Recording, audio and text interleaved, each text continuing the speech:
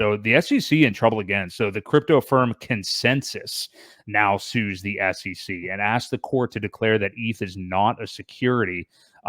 Yet another huge group getting on suing the SEC fund here, because we've seen, I forget the name of it, the Crypto Alliance from Texas last week. And another entity I'm forgetting as well. But so Consensus actually made a tweet about this over the weekend. And this is a really big one. And I'm so glad that they're focusing on ETH and talking about getting the SEC to actually give what their opinion is about it, because that's the big thing that they don't do. We all know that we have video of Gary Gensler clearly saying that ETH is not a security at MIT, but now he does the finger, shake thing when he's questioned on, the floor of Congress. But here, I'll send you this tweet from Consensus if you wanted to get it up, Ewok, but I will just read now what we have here. And Consensus is CONS. What is it? CONSENSYS. So they say today Consensus filed a lawsuit against the SEC. The goal behind this is to ensure that Ethereum remains a vibrant and indispensable blockchain platform and to preserve access for countless developers, market participants, and institutions who have a stake in the world's second largest blockchain. We took this step for two very basic reasons. The SEC should not be allowed to arbitrarily expand its jurisdiction to include regulating the future of the internet by wrongly labeling ETH a security, and the SEC's reckless approach to bringing chaos to developers, market participants, institutions, and nations who are building or already managing critical systems running on Ethereum, which is very true. I mean, there's this huge infrastructure already built out, and we're just like in limbo as to whether this thing is a commodity or security. They go on to say Ethereum isn't just about information being permissionless, it's about human ingenuity being permissionless. We encourage others who feel equally aggrieved by the SEC's aggressive regulatory actions to make their voices heard.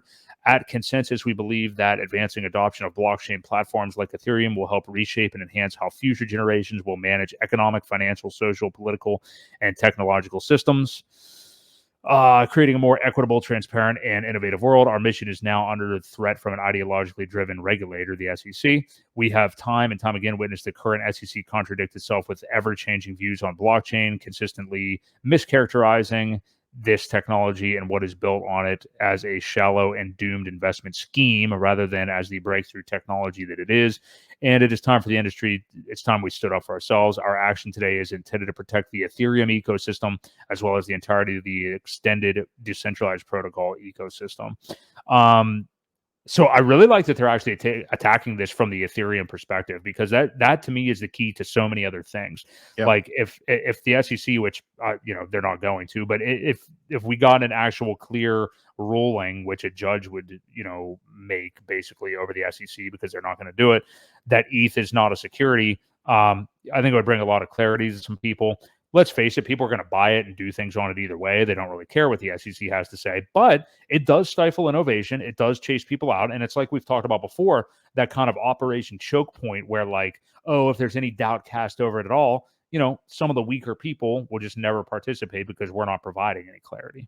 So, what do you make of this lawsuit? It's good to see more and more really big players proactively going after the SEC. We see Coinbase do it and all these other entities. So no, I mean, it's great. It's great. And again, we're looking for clarity. That's all we want them to do. You can't say one thing one day and then wake up and decide, well, if we say this today, we can go after these people too, And like I said, I can't wait till the judges just start throwing stuff of the SEC out because of their ability to set standards and make decisions and call stuff for what it is. I'm happy. I'm very glad. We need more people like this, and then you end up seeing the Bitcoin maxis say, well, of course it's a security. They're in the mind frame of everything else is a security. Right. Bitcoin's the only one that isn't. And, unfortunately, they've already decided Ripple wasn't. So if Ripple isn't, there's so many other things that aren't as well. And, I think they forget about that.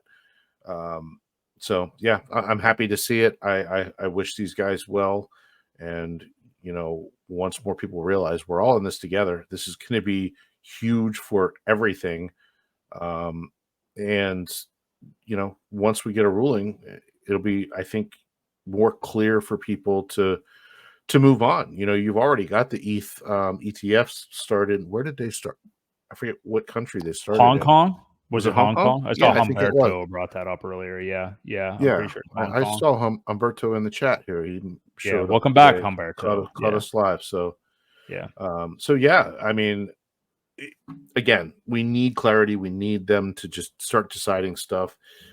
Make this quick. Stop dragging stuff out, because that's the problem. These things take forever.